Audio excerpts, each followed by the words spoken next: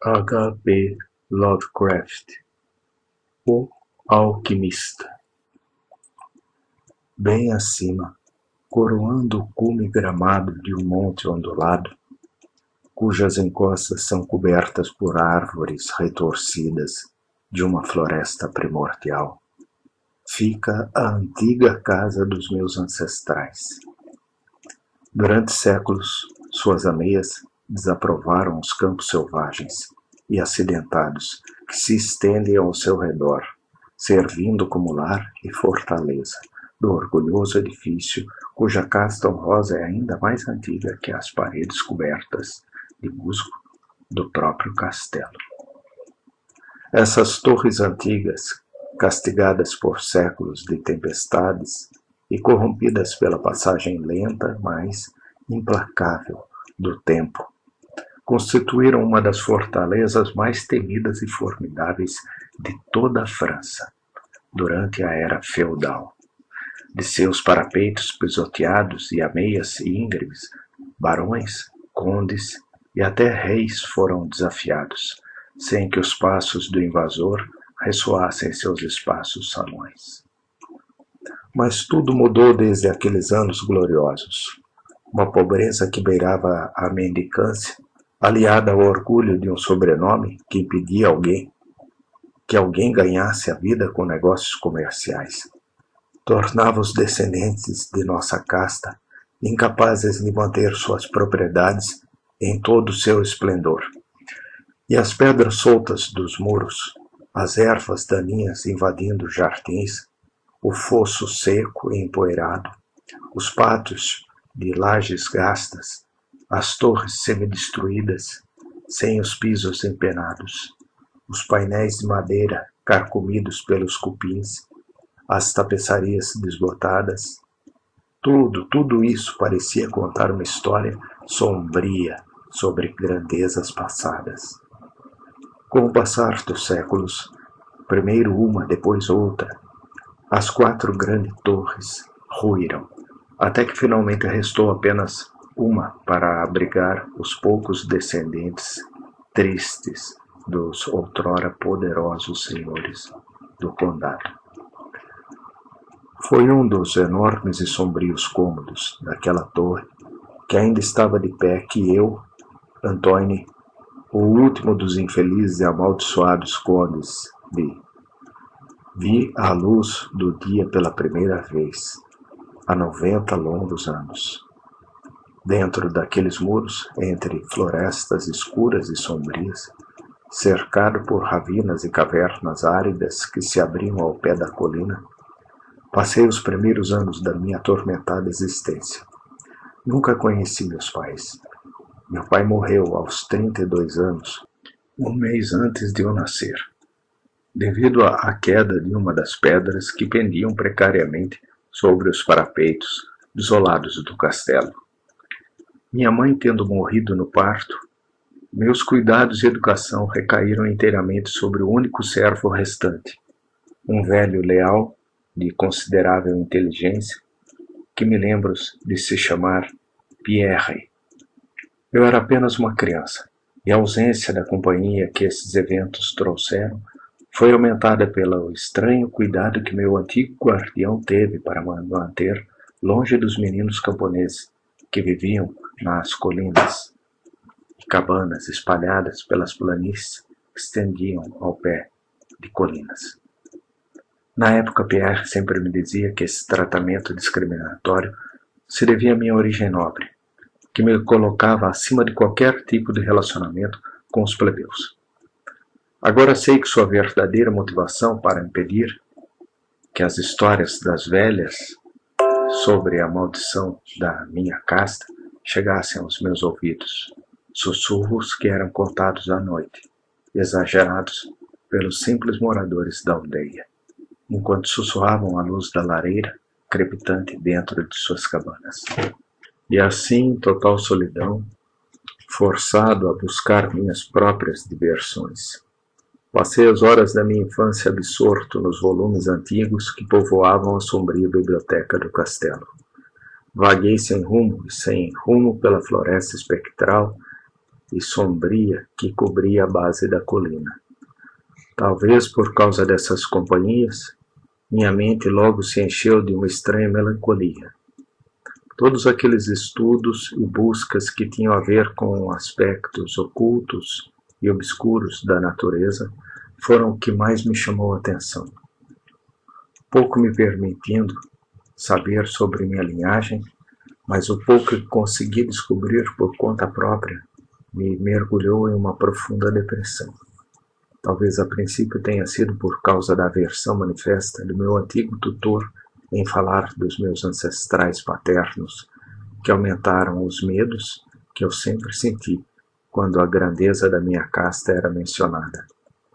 No entanto, à medida que fui amadurecendo, fui conseguindo recuperar certos fragmentos desconexos de conversas que escapavam involuntariamente por entre os lábios senis que já começavam a retrair meu guardião e que tinham algum tipo de relação com um certo acontecimento que sempre considerei inusitado, mas que agora assumia um significado assustadoramente obscuro.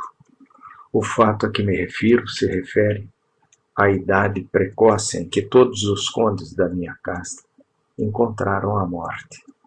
Embora eu sempre tenha considerado isso algo inerente a uma família de vida curta. Depois comecei a refletir sobre todas aquelas mortes prematuras. Comecei a relacioná-las com os divaneios do velho, que frequentemente falava de uma maldição secular que impedia a vida dos meus ancestrais de ultrapassar o limite de 32 anos. No meu 21º aniversário, o velho Pierre me entregou um documento de família que, segundo ele, foi passado de pai para filho por muitas gerações, seguido à risca por cada guardião. Seu conteúdo era muito perturbador, e uma leitura mais atenta confirmou a seriedade dos meus medos. Naquela época, minha crença no sobrenatural era firme e profundamente enraizada. Caso contrário, eu teria descartado com escarto a história incrível que se desenrolava diante dos meus olhos. Os manuscritos me levaram de volta ao século XIII, quando o velho castelo que me servia de lar era uma fortaleza temida e inexpurgável. Eles falaram de um certo velho que viveu em nossas propriedades, um sujeito de grande habilidade, embora pouco mais que um plebeu. Seu nome era Michel, embora ele fosse geralmente chamado de Malvais, o maligno, devido à sua reputação sinistra.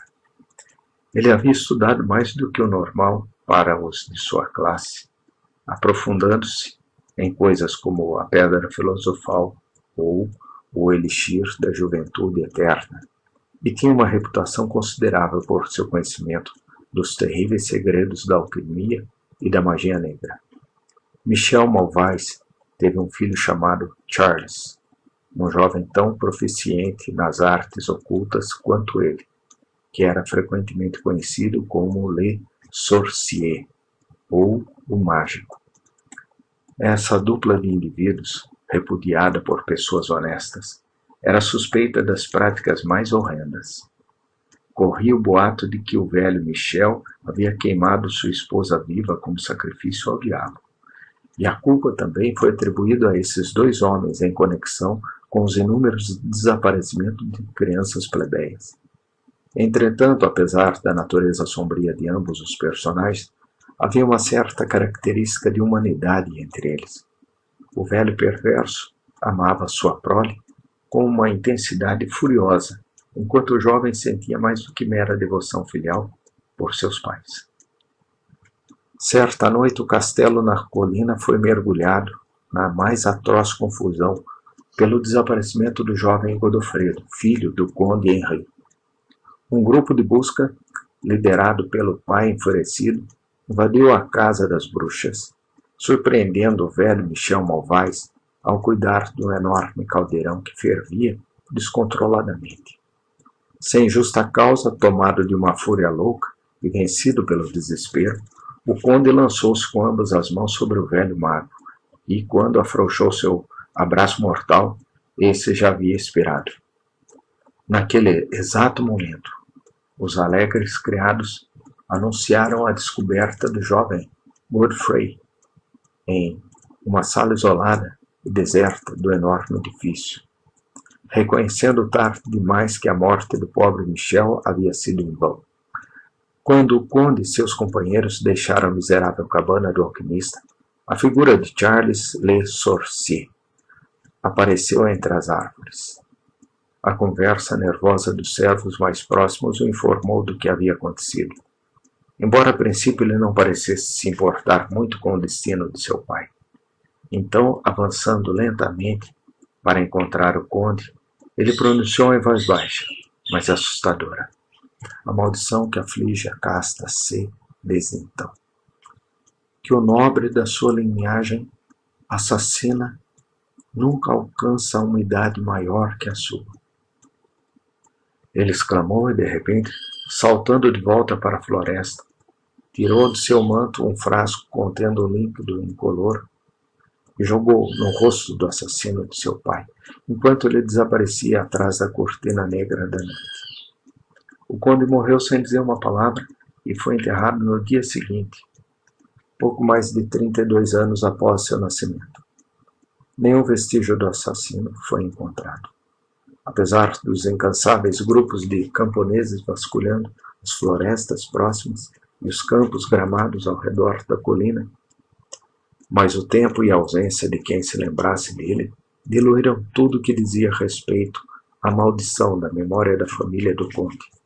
Então, quando Godfrey, que inocentemente causou a tragédia e agora era o novo portador do título, foi morto por uma flecha enquanto caçava aos 32 anos, ninguém pensou em nada além de tristeza por um evento tão infeliz.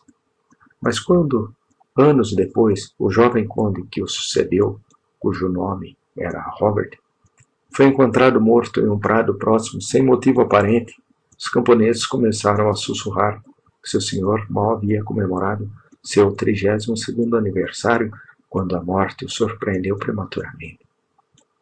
O filho de Robert, Louis, foi encontrado afogado no fosso na mesma idade fatídica. E assim durante séculos, a lista sinistra continuou inabalável. Henrys, Roberts, Anthonys, Armands, arrancados de vidas felizes e virtuosas quando tinham pouco mais da idade que seu infeliz ancestral tinha quando morreu. Que eu não tinha mais do que 11 anos de vida naquela época parecia ser demonstrado pelas palavras que eu havia lido. Minha vida, tão pouco valorizada até aquele momento, tornou-se cada vez mais preciosa com o passar dos dias. E eu fui progressivamente imerso nos mistérios de um mundo oculto de magia negra.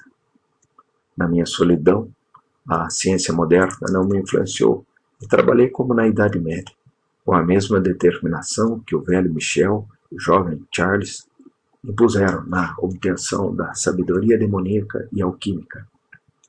E, no entanto, não importa o quanto eu lesse, não consegui encontrar nada que esclarecesse a estranha maldição que pairava sobre aqueles da minha casta. Em certos momentos em que governava com lucidez em comum, ele até acreditou que poderia encontrar uma explicação natural, culpando as mortes prematuras de meus ancestrais, o infeliz Charles Le Sorcier e seus herdeiros, mas, depois de descobrir, após uma busca meticulosa, que não havia nenhum descendente conhecido do alquimista, fui compelido a retornar para meus estudos ocultos e, mais uma vez, me esforcei para inventar um encantamento que libertasse minha linhagem de seu terrível fardo. Pelo menos em uma coisa eu estava completamente decidido. Eu nunca me casaria, pois não havia outro ramo ativo da família. E dessa forma a maldição terminaria comigo. Quando eu estava chegando aos 30, o velho Pierre foi reivindicado pela vida após a morte.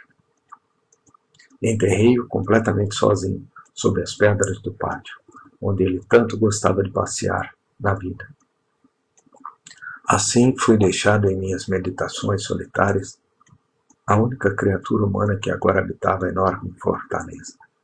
Naquele isolamento absoluto, minha mente deixou de se rebelar em vão contra a maldição que pairava sobre mim, tornando-me quase reconciliada com o mau destino que já havia atingido tantos anos meus ancestrais.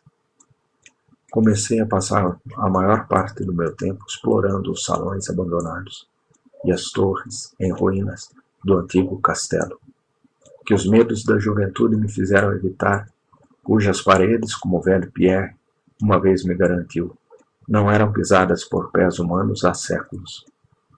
Muitos dos objetos que encontrei lá eram muito surpreendentes e estranhos.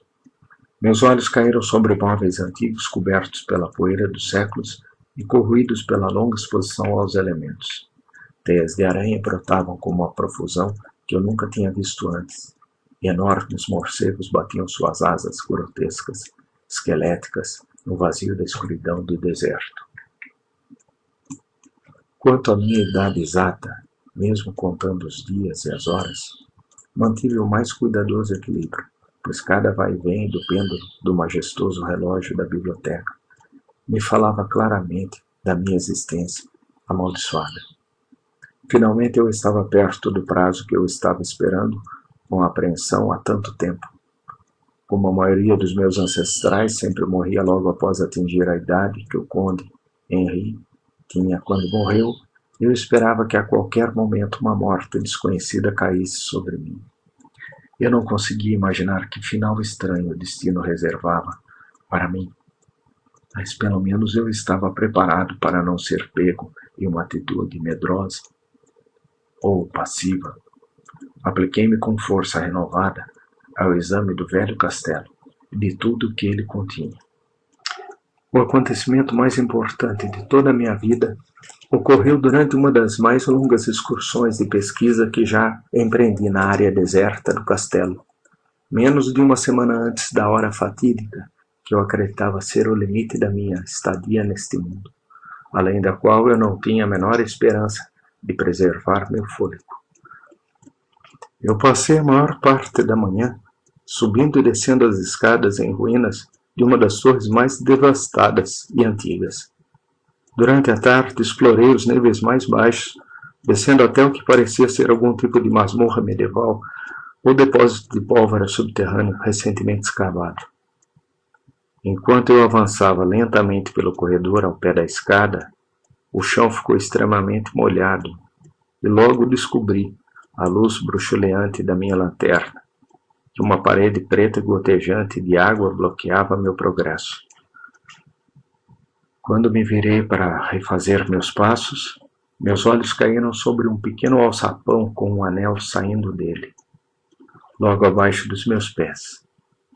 Parei e consegui levantá-la com dificuldade, descobrindo uma abertura preta de onde saía um vapor nocivo que fez minha tocha crepitar e me revelou, no brilho bruxuleante, um conjunto de degraus de pedra. Assim que a tocha com a qual eu agora apontava para aquelas trevas repugnantes queimou novamente firme e livremente, comecei a descida. Havia muitos degraus e eles levavam diretamente a uma estreita passagem de pedra que presumi estar bem abaixo do nível do castelo. Essa passagem revelou-se muito longa.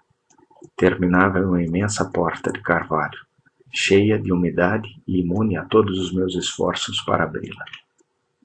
Por fim, desisti de tentar e estava novamente caminhando em direção às escadas, quando de repente sofri um dos choques mais profundos e enlouquecedores que a mente humana pode suportar. Sem aviso, ouvi a pesada porta atrás de mim ranger em suas dobradiças enferrujadas. Minhas sensações subsequentes escapam a qualquer análise. Ver-me num lugar completamente abandonado, como eu acreditava ser aquele antigo castelo, e agora me descobrir diante da prova da existência de um homem ou espírito, provocou em minha mente o terror mais terrível que se pode imaginar. Quando finalmente me virei e encarei a fonte do som, meus olhos devem ter saltado das órbitas com o que viram. Sob a antiga arcada gótica havia uma figura humana. Era um homem, usando um solidéu e envolto em uma longa e escura túnica medieval.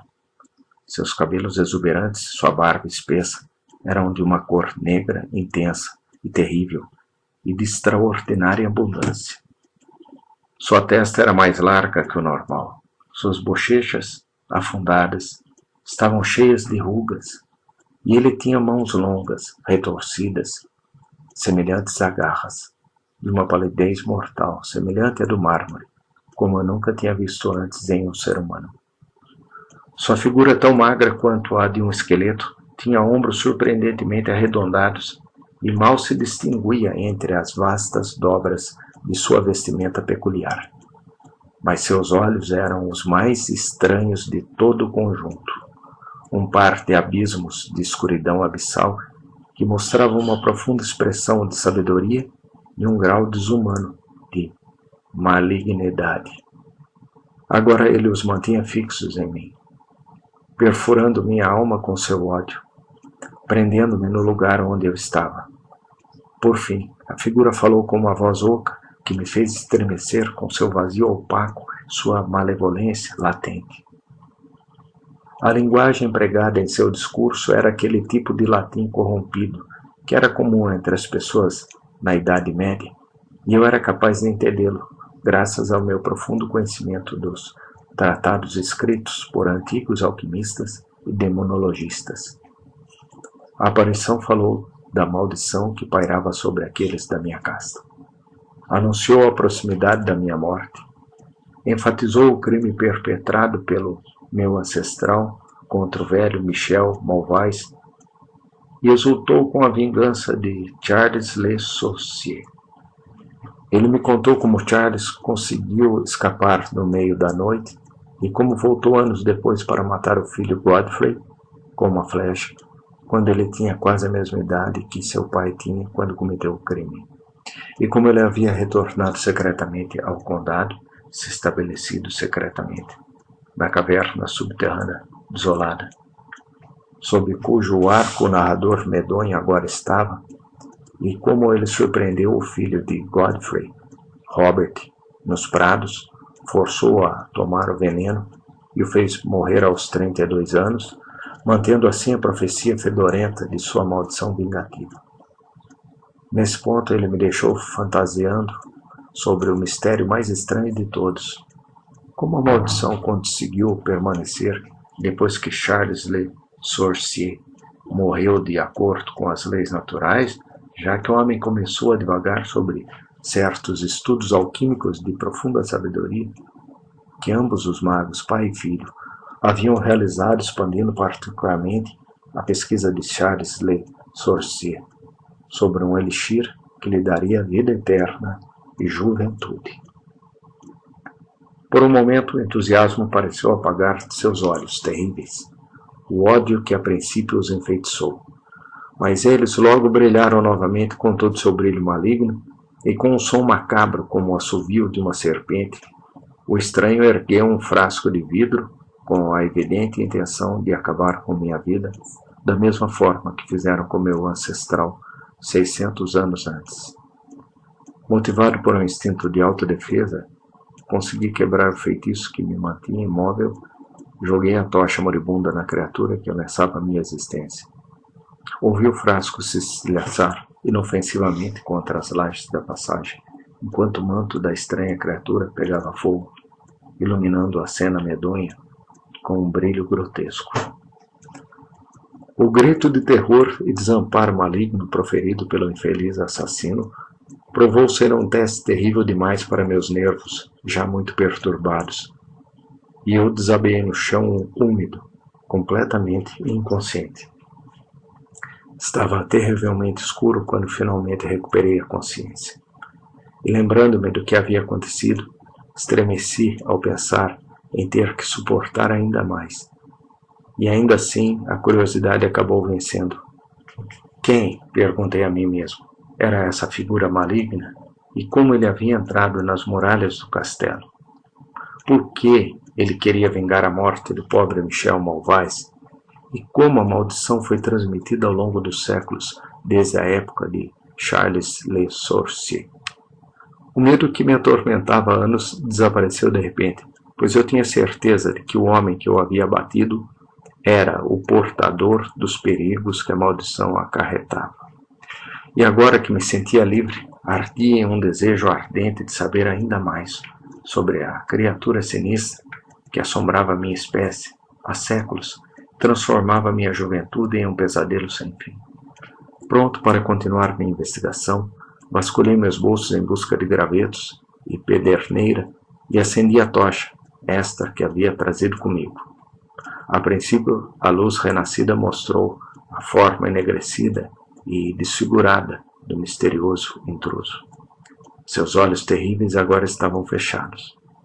Perturbado pela cena, virei-me e entrei na sala que dava para o outro lado da arcada gótica. Lá encontrei uma espécie de laboratório de alquimia.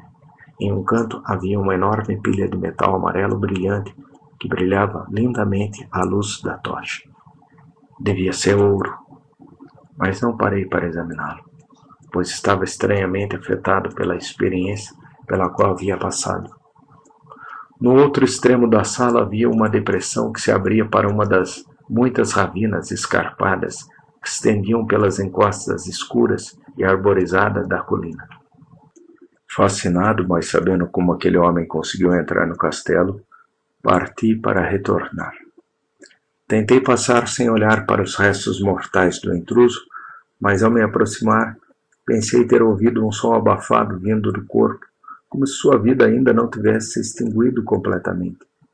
Aterrorizado, virei-me para examinar a figura carbonizada e murcha caída no chão.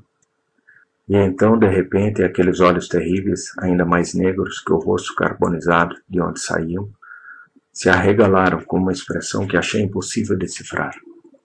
Lábios rachados tentavam articular palavras que eu não conseguia reconhecer. Em um momento ouvi o nome Charles Le Sorcier. E mais tarde pensei ter reconhecido as palavras anos e maldição vindas daquela boca distorcida. Apesar de tudo, não consegui entender aquela conversa desconexa. Diante da evidência da minha ignorância, aqueles olhos profundos como abismos brilharam mais uma vez com toda a sua malevolência em minha direção, a ponto de, apesar de ver meu inimigo completamente derrotado, não pude deixar de tremer. De repente, aquele miserável, animado por um último lampejo de energia, levantou sua cabeça de onda do pavimento úmido e gotejante. Lembro-me que, naquele momento, enquanto eu estava petrificado de terror, aquele ser conseguiu recuperar a fala. Com seu último suspiro, gritou as palavras que, dali em diante, me perseguiram todos os dias e noites da minha existência. Tolice, ele uivou. Você não consegue adivinhar meu segredo? Você não tem inteligência suficiente para reconhecer a vontade que por 6 longos séculos consumou a terrível maldição que pesa sobre a sua casta? Eu já não lhe falei sobre o poderoso elixir da eterna juventude? Você ainda não sabe quem descobriu o segredo da alquimia. Eu vou te contar. Fui eu, que sobrevivi por 600 anos para perpetuar minha vingança, pois eu não sou outro senão o próprio Charles, o feiticeiro.